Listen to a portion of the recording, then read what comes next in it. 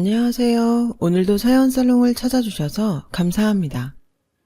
저는 30대 여자입니다. 모 지역 교향악단에서 바이올린을 연주하고 있어요. 물론 음대에 갔을 땐 세계적으로 유명한 바이올리스트가 되는 것이 목표였지만 세상엔 저 말고도 잘하는 사람이 많았고 현실의 벽에 그저 전 앞으로도 제가 좋아하는 바이올린 연주를 계속 할 수만 있으면 좋겠다고 생각했어요. 시향에 들어가는 것도 사실 바늘구멍에 들어가는 것보다 힘들었지만 정말 죽기 살기로 매달린 끝에 어느덧 저희 악단의 바이올린 연주자가 되어 있네요. 상황이 이렇다 보니 시향에 들어온 이후로는 변변한 연애도 한번 하지 못했는데요. 제가 나이를 먹을수록 부모님은 초조해지셔서 두 분이 자처해 좋은 혼처를 적극적으로 알아보셨어요. 그래서 부모님의 권유로 종종 맞선을 봤어요. 조건이 좋으면 좋을수록 묘하게 사람의 인품은 반비례하더라고요. 그리고 그날은 제가 본 남자 중에 조건이 가장 좋은 남자를 만나러 나갔어요. 이 남자는 그간 제가 생각한 공식을 깨버렸죠. 자신이 가진 것을 드러내지 않았고 몸에 젠틀함과 배려심이 배어 있어서 만나는 내내 저는 이 남자한테 대접을 받고 있다는 생각이 들었어요. 아, 이렇게 다 가진 남자도 있구나. 저는 속으로 감탄했고 당연한 일이겠지만 이 남자에게 호감을 느끼게 되었어요. 다행히 이 남자도 제가 마음에 들었는지 저희는 그 후 결혼을 전제로 하는 연애를 시작했고 첫 만남이 어찌되었든 저희는 잘 맞는 여느 커플처럼 연애하는 동안 큰 트러블 없이 서로를 알아가며 만났어요. 이 남자를 만나면 만날수록 제 마음속엔 어떤 걱정의 씨앗이 자라게 되더라고요. 이 남자는 제법 우리나라에서 알아주는 건설회사의 외동아들이었어요. 나름 딸 자식 음대에 보낼 만큼 괜찮은 집안이라고 여겼던 저희 집은 이 남자의 집안에 비하면 그저 평범, 아니 한참 부족하다고 느껴질 정도였고 결혼을 전제로 만나는 사이인지라 차이나는 양가의 재력이 신경 쓰이기 시작했어요. 주변 친구들과 동료들은 이런 고민을 하는 저에게 어차피 맞선 나오기 전에 혜주씨 조건 다 보고 나온 거잖아. 신경 쓸 필요 없을 것 같은데? 오히려 없는 집보다야 있는 집이 땡큐잖아. 안 그래? 난 혜주씨 부럽다. 라며 제가 괜한 걱정을 하는 듯 말했어요. 그래도 저는 찝찝한 건 싫어서 이참에 이야기해 명확하게 답을 듣고 싶었고 타이밍을 봐서 이렇게 말했어요. 맞선 보러 나올 때 어떻게 들었는지 모르겠지만 재환 씨 집안에 비하면 저희 집은 평범해요. 혹시 나중에라도 문제될 게 있다면 이 결혼은 하지 않는 게 좋겠어요. 문제요? 지금 혜주 씨 말은 거꾸로 하면 혜주 씨 집안보다 우리 집이 평범하다면 문제가 될 수도 있다는 말이에요? 아니요, 제 말은 그러니까 재환 씨 집이 생각보다 너무 부자라 걱정이 돼서요. 이상하네요. 보통은 돈이 없어서 걱정인데 혜주 씨는 우리 집에 돈이 많아서 걱정이라니. 저희 부모님은 워낙 당신들이 가진 게 많아서 이번 맞선 때도 그런 조건은 별로 보시지 않았어요. 저도 뭐 비즈니스도 아닌데 그런 거 따지고 싶지 않았고요. 아니, 오히려 바이올리스트를 만났는데 내가 감사해야 하는 거 아닌가요? 이 남자는 그렇게 말하고 저에게 환하게 웃어주었어요. 순간 저는 지난번 동료가 말한 대로 난 지금까지 하지 않아도 될 걱정을 했구나. 이런 남자라면 더욱 믿고 결혼해도 괜찮겠다. 라는 생각이 들었어요. 그렇게 저희는 맞선 본 지 1년이 되지 않아 서로 양가에 결혼하겠다고 인사를 드렸죠. 이제는 남편이 된 그이의 말대로 재력가인 예비시댁에선 저희의 결혼에 가타부타 하지 않으시며 결혼을 찬성해 주셨어요. 그 소식에 저희 엄마는 제가 나름 재력가 며느리가 된다며 기뻐하셨고 급기야 동네방네 자랑을 하시는데 제가 다 얼굴이 화끈거릴 정도였어요. 그래도 뭐 엄마가 이렇게나 좋아하시니 자식으로서 그 기분이 나쁘지 않았어요.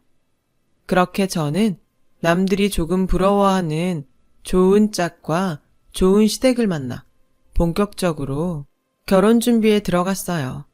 아무리 상대 집이 괜찮다고 했어도 보는 눈이 있으니 저희 부모님은 남편의 집 수준에 맞춰서 예단과 예물을 준비하신다고 무리를 하셨어요.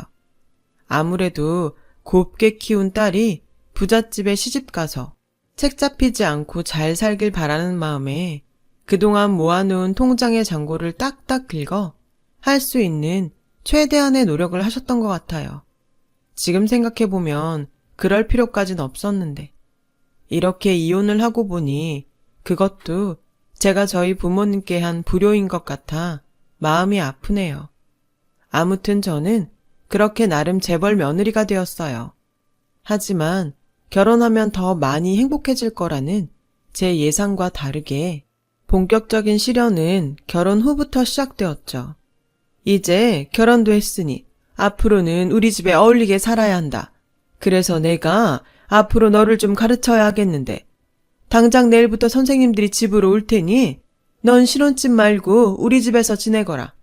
아, 그리고 당분간은 친정에 가지도 말고 전화통화도 하지 마. 알겠지? 저는 시어머니의 그 말에 제 귀를 의심했어요.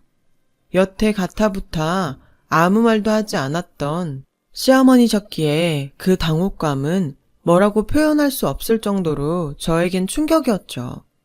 게다가 친정과는 당분간 만나지도 통화도 하지 말라니 이 상황을 어떻게 받아들여야 하나 잠시 머릿속이 멍했는데 저는 곧 시집을 왔으니 이 집의 문화를 따로 배울 필요도 있겠다는 생각에 신혼여행의 단꿈도 깨기 전 남편과 떨어져 시댁에 들어가게 되었어요. 시댁에 들어간 후로 매일 요리 수업과 매너 수업, 그리고 영어를 비롯한 프랑스어, 중국어 등 외국어 수업을 받았고 그렇게 일주일이 지나자 전 제가 결혼을 한 건지 기숙학교에 들어왔는지 헷갈릴 정도로 이게 지금 뭐 하는 거지? 소위 말하는 현타가 왔어요. 그렇게 제 평생 가장 긴 한 달을 보냈고 꿈에 바라던 신혼집으로 돌아갈 수 있었어요.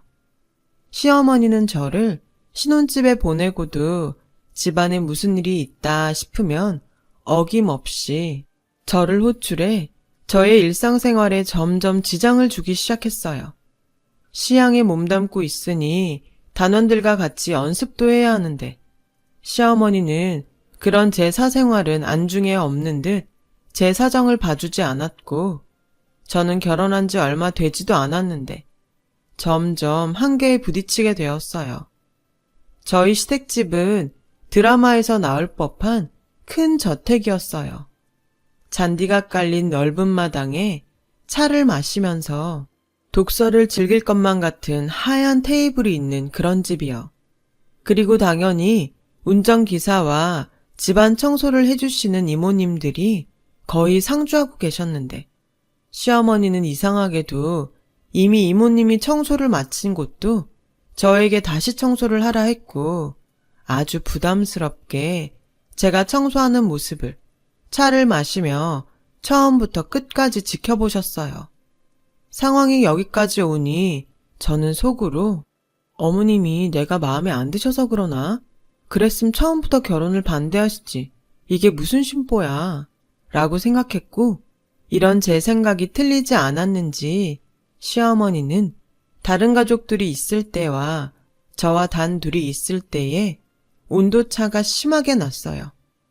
특히 남편이 있을 때와 없을 땐 그 온도 차이는 확연했어요. 남편이 있을 때는 목소리부터 상냥하게 아가, 시집 온 지 얼마 안 돼서 힘들지? 그래도 조금만 몸에 익혀두면 나중엔 편하단다. 그냥 우리 식구 되는 과정이라고 생각하렴.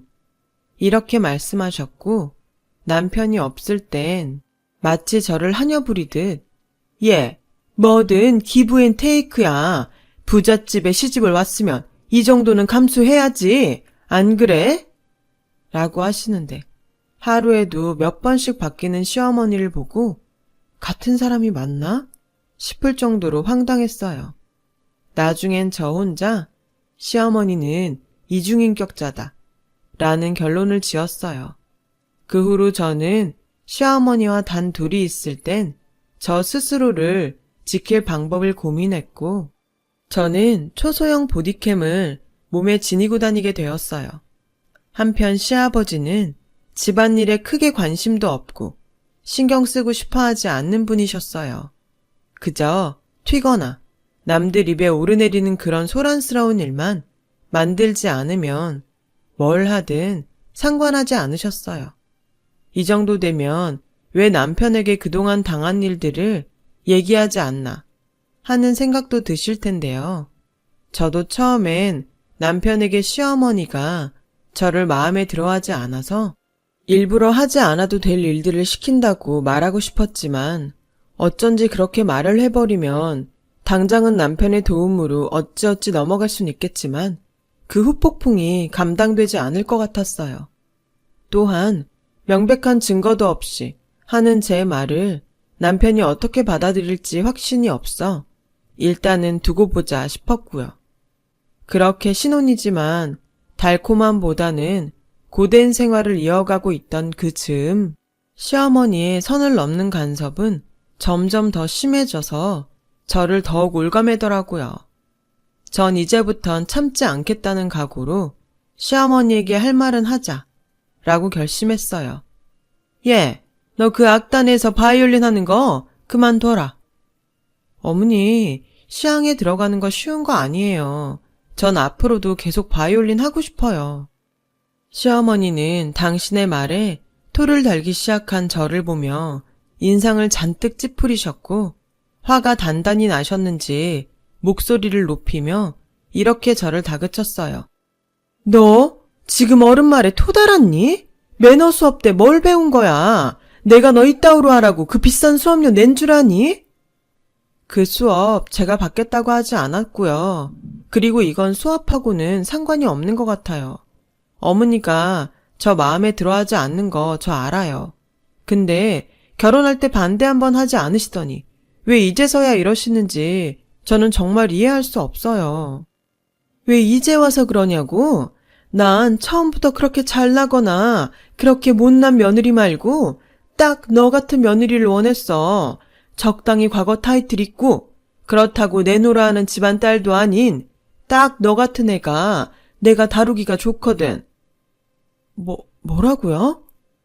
저는 시어머니의 그런 뻔뻔한 말에 모멸감을 느꼈어요.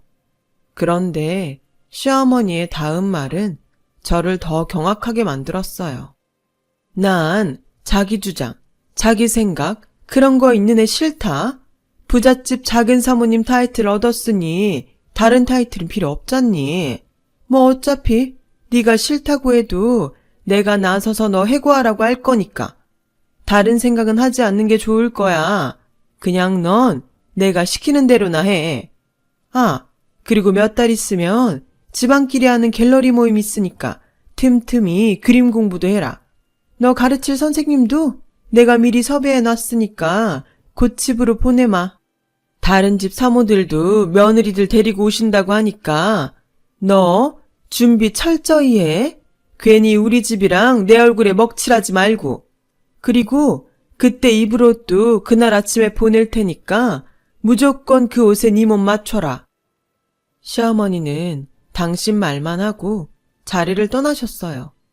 정말 기가 차서 전 남편에게 울면서 전화를 했고 남편은 제 이야기를 다 듣고 자신이 어머니와 잘 이야기해보겠다고 말했어요. 남편은 퇴근 후 저와 본가에 가서 시어머니에게 제가 앞으로도 계속 시향해서 바이올린을 연주할 수 있도록 해달라고 말했어요. 시어머니는 저에게 펄펄 뛰었을 때와 다르게 난 그냥 새애기가 시집와서 할 것도 많고 배울 것도 많으니 일이라도 그만둬서 편해지길 바란 건데 네 뜻이 정 그러면 그렇게 해라. 라며 세상 인자한 얼굴로 저에게 말씀하셨어요. 전 순간 소름이 끼칠 정도로 시어머니의 인자한 얼굴이 오싹하게 보였는데요. 남편은 제가 오해한 거라며 자신의 엄마가 그렇게 나쁜 사람이 아니라고 하더라고요. 하지만 절대 가만히 넘어갈 시어머니가 아니기에 다음날 남편이 출근한 틈을 타 저희 집으로 온 시어머니는 어제 당한 일을 저에게 복수하듯 이렇게 말씀하셨어요. 어디 감히 니까짓게 나랑 내 아들을 이간질해? 내 아들 믿고 까부나 본데. 너 앞으로 각오해. 그렇게 시향에 나가고 싶어? 그래, 나가. 네 손으로 창피해서 사표 쓰게 만들어줄 테니까. 전 이쯤 되니 시어머니가 정신적으로 병이 있는 게 분명하다고 생각했어요. 그러지 않고서야 상식적으로 저에게 이런 식으로 괴롭힐 일이 없잖아요. 전 이 사태를 어떻게 극복하면 좋을지 고민했어요. 처음엔 보디캠에 찍힌 영상도 있으니 당연히 이혼이 가장 먼저 떠올랐는데 사실 시어머니만 아니면 나머지는 아플 것이 없고 전 여전히 남편을 사랑했기에 고민은 더욱 깊어졌어요. 그러던 어느 날 이상하게 몸살 기운이 있는 것 같더니 미열도 있고 속도 불편한 게 임신한 것 같았죠. 전 곧장 약국에 가서 테스트기를 사와 제 안에 새 생명이 자리하고 있음을 확인하게 되었어요. 남편 역시 아이 소식에 많이 기뻐하더라고요. 저희 부부는 같은 날 산부인과에 가서 초음파로 아이의 존재와 심장 소리를 확인하며 기뻐했어요. 그런데 평소 말랐던 제 몸을 보시고 의사 선생님은 산모가 체력적으로 잘 버텨줘야 아이도 무사히 뱃속에서 크는 거예요. 앞으로 무리하지 말고 잘 먹어요. 이렇게 말씀하셨어요. 의사 선생님의 말을 듣고 시어머니가 스트레스만 주지 않으면 별 문제가 없다고 생각했고 어쩌면 아이 소식에 시어머니도 그동안 부렸던 심술을 좀 내려놓지 않을까 하는 기대감도 들었어요. 하지만 시어머니는 임신했다는 저에게 혹여 애 앞세워 어쩌겠다는 생각은 하지도 마라 라며 혹시나 했던 모든 기대감을 잘라버리셨고 그 후엔 저희 집에 미술 공부를 시켜줄 선생님을 보내면서 전 어쩔 수 없이 살기 위해 제 손으로 시향에 휴지개를 냈어요. 그리고 곧 문제의 갤러리 모임 날이 되었어요. 아침에 시어머니가 말했듯 모임에 입고 갈 옷이 도착했는데 임신으로 불어난 저희 몸은 도저히 그 옷을 소화할 수 없었어요. 무조건 그 옷에 네 몸 맞춰라. 전 시어머니의 그 말이 귓가에 맴돌았고 시어머니에게 전화를 걸었어요. 이 옷은 임신한 저에겐 절대 무리이니 다른 옷을 보내주시던 제 옷을 입고 가던 하겠다고 말할 생각이었죠. 그런데 내가 분명 말했지. 무조건 그 옷에 네 몸을 맞추라고. 어디 태어나지도 않은 애 핑계를 대면서 시어머니 말을 거역해. 어머니, 다른 건 몰라도 임신한 저한테 이렇게 타이트한 원피스를 보내시면 제가 이걸 어떻게 입어요? 그럼 다른 집 사모 보는데 격 떨어지게 인부복 입혀보낼까? 됐다. 그냥 넌 나오지 마라. 전 속으로 쾌재를 불렀어요. 원래부터 가고 싶지 않은 자리였는데 아이 덕에 가지 않아도 되었으니 이 아이는 태어나기도 전에 효도를 한 셈이었죠. 그런데 이런 저의 생각도 잠시였어요. 다른 집 사람들은 죄다 며느리를 대동하고 나서는데 혼자 모임에 갔던 시어머니는 또 화가 나서 만만한 저를 찾아오셨죠. 마침 임신 때문에 쏟아지는 잠을 이기지 못하고 자고 있던 전 침대에서 그대로 시어머니가 던진 핸드백을 얼굴에 정면으로 맞으며 화들짝 놀라 일어나게 되었어요. 어머니, 이게 지금 무슨 짓이에요? 잠이 오니? 내가 오늘 기분이 어땠을 것 같아? 그럼 저보고 어쩌라고요? 어머니는 어머니 손주 임신한 저한테 이러고 싶으세요? 더 이상은 못 참아요. 씩씩거리며 남편에게 전화를 걸었어요. 믿었던 어머니의 실체를 아들에게 낱낱이 폭로하겠다는 심정이었죠. 전 남편에게 다짜고짜 집으로 오라고 했어요. 시어머니는 무서울 거 없다는 듯 콧방귀를 끼셨고 곧 집에 무슨 일이 있나 싶어 달려온 남편에게 전 그동안 어머니와 있었던 일들을 상세히 말했습니다. 그 증거로 지니고 다녔던 보디캠을 남편에게 보여줬어요. 그러자 남편은 엉뚱하게도 어떻게 이런 걸 몸에 지니고 있냐며 여태 자신과 자신의 가족들을 이렇게 찍어대고 있었냐고 화를 내는 거예요. 증거도 없이 내가 하는 말을 믿기 어려울까봐 그랬다고 아무리 설명을 해도 남편은 감정적으로 제 행동을 비난했죠.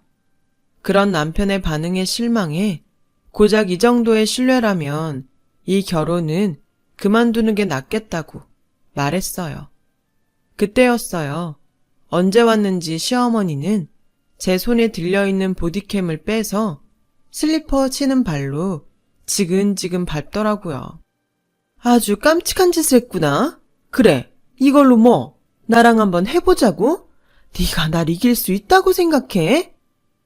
전 이기고 지는 문제가 아니라 살려고 이러는 거예요. 어머니가 원하시는 게 저희의 이혼이면 저 당장이라도 할게요. 어디? 혼인신고서에 잉크도 안 마른 게 벌써 이혼 타령이야. 똑똑히 들어. 이 결혼은 네가 선택했지? 네가 선택할 수 있는 건 딱 거기까지야. 우리 집에 이혼 구설수는 없다. 알겠어? 넌 앞으로 이 집에서 꼼짝도 할 수 없으니 그런 줄 알아. 말을 마친 시어머니는 정말 어이없게도 저를 저희 집에 가둬두는 분위기더라고요. 그리고 친정에 연락이라도 할까봐 제 핸드폰도 뺏었고요. 이건 엄연히 범죄인데 시어머니는 그런 의식조차 없는 것 같았어요. 시어머니는 곧 본가의 직원들을 몇 명 저희 집으로 불러 갇힌 저 대신 집안일을 시킨다는 명목으로 저를 감시하도록 시켰죠. 하루 이틀, 시간이 흐르면 흐를수록 이 말도 안 되는 상황 속에 점점 시어머니보다 남편이 가장 괘씸하게 느껴졌어요. 남편은 폭주하는 자신의 엄마를 말리지 않았고 도리어 제가 보디캠 같은 걸 가지고 다니며 이혼을 준비했다고 저를 몰아세웠어요. 왜? 우리 집이 돈 좀 있어 보여서 그런 걸 준비한 거야? 난 당신 조건 같은 거 보지 않고 내 가족이라고 생각했는데 당신은 날? 아니 우리 집을 돈으로 봤구나. 애당초 처음부터 당신이 고분고분했음 우리 엄마가 그렇게까지 했을 리도 없어. 당신? 설마 그걸 노린 거야? 그러면서 임신까지 했어? 도대체 당신 계획은 어디까지인 거야? 당신이란 사람 소름 끼친다. 남편은 제 말은 듣지도 않고 계속해서 자신의 머릿속에서 떠오르는 소설만 얘기했어요. 저는 그동안은 모자가 참 다르다고 생각했는데 그제서야 전 남편의 말도 안 되는 모습을 보고 결국 모전자전이라는 생각을 하게 되었죠. 오만정이 떨어졌어요. 그렇게 손발이 꽁꽁 묶여버린 신세가 되었지만 이대로 모든 걸 포기할 순 없었어요. 저는 임신 중인 엄마였으니까요. 제가 이 지옥에서 나가야지만 나중에 세상에 나올 아이를 온전히 행복하게 키울 수 있다는 생각에 저는 필사적으로 거기서 나갈 방법을 생각했어요. 그리고 유일한 동아줄처럼 한 가지 생각이 떠올랐고 노트북을 꺼내 들었어요. 비록 핸드폰은 뺏겼지만 노트북을 이용하면 SOS를 칠 수 있으니까요.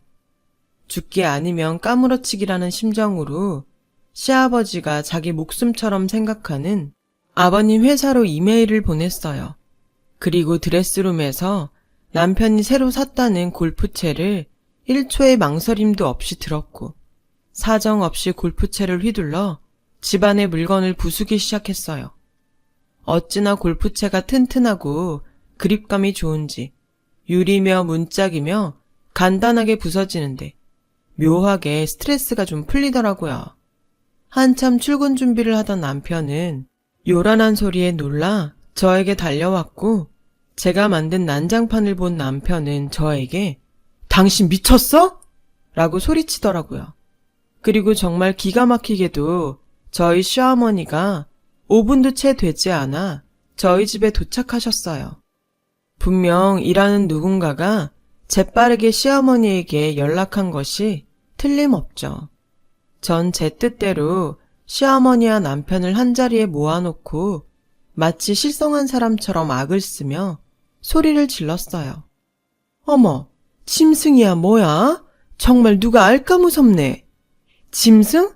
짐승은 당신이지. 처음부터 당신은 만만한 며느리 데려와서 평생 괴롭힐 심상이었잖아. 다른 사람 볼 때는 위하는 척하고 정말 소름 끼쳐. 이런 데 사는 사람이 어떻게 안 미치고 배겨? 너 안 되겠다. 김 기사 차 대기하라고 해. 이 물건 정신병원에 보내야겠어." 그때였어요. "지금 뭣들 하는 거야?" 저희 집 문이 거칠게 열리더니 단단히 화가 난 시아버지가 그렇게 소리를 치며 들어오셨고 그 모습에 시어머니는 조금 전의 모습은 온데간데 없이 마치 저승사자를 본 듯 사시나무 떨듯 떨더라고요. "여보, 회사는 어쩌고 여기에 와요? 지금 회사라고 했어? 내가 튀지 말고 조용히 살라고 했지?" 시아버지는 시어머니에게 들고 온 태블릿 PC를 던졌어요. "어머!" 시어머니는 비명을 질렀고 남편은 떨어진 태블릿 PC를 줍는데 그 안에는 시어머니가 망가뜨린 보디캠 영상이 나오고 있었어요. 전 이메일에 땡땡건설 사모님의 실체라는 글을 썼고 백업해둔 노트북 영상들을 모두 첨부 파일로 보내며 당장 이혼시켜주지 않으면 언론사에 이 영상들을 보내겠다고 했어요. 당연히 시아버지는 세상에 이런 막장 같은 집안일이 새어나가는 걸 극도로 싫어했죠. 시어머니를 찾아 저희 집으로 오셨던 거예요. "너 당장 그 영상들 나한테 넘기고 너 원하는 대로 당장 내 집에서 나가." "네, 그리고 제가 조건이 좀 있어요. 태어날 아이에 대해 일절 권리를 주장하지 않겠다는 약속과 그동안 부당하게 당한 시집살이에 대한 충분한 보상을 요구했어요. 당연히 시아버지는 저의 요구를 모두 수용해줬고 변호사를 통해 제대로 서류를 정리해 주셨어요. 저희의 이혼 과정을 모두 본 시어머니는 "저 악랄한 거 결국 지 목적은 저거였던 거야. 그래놓고 나한테만 똥물을 튀겨? 너 내가 절대 가만 안 둬." 라고 씩씩거렸어요. 전 핸드폰에 시어머니의 그 말을 모두 녹음해 시어머니에게 보여주며 "그렇게 당하시고도 이렇게 또 막말을 하세요? 이것도 제가 협박죄로 걸 수 있는데." 뭐야? "그러니까 지금이라도 착하게 사세요. 부자면 뭐예요? 인격이 거진데. 그럼 전 이 지옥 같은 곳에서 이만 떠날게요. 부디 앞으로 영원히 보지 않길 바래요." 전 그렇게 유유히 집을 나왔어요. 저희 부모님은 그동안 연락도 잘 되지 않았던 저의 사연을 듣고 그런 집에 저를 보냈다는 죄책감에 저에게 미안하다고 하셨어요. 그 집엔 제 선택으로 들어갔는데 아무리 제가 잘 이야기를 해도 부모님은 결국 당신들 탓을 하시더라고요. 그리고 6개월 뒤 저는 조금 이른 출산을 했어요.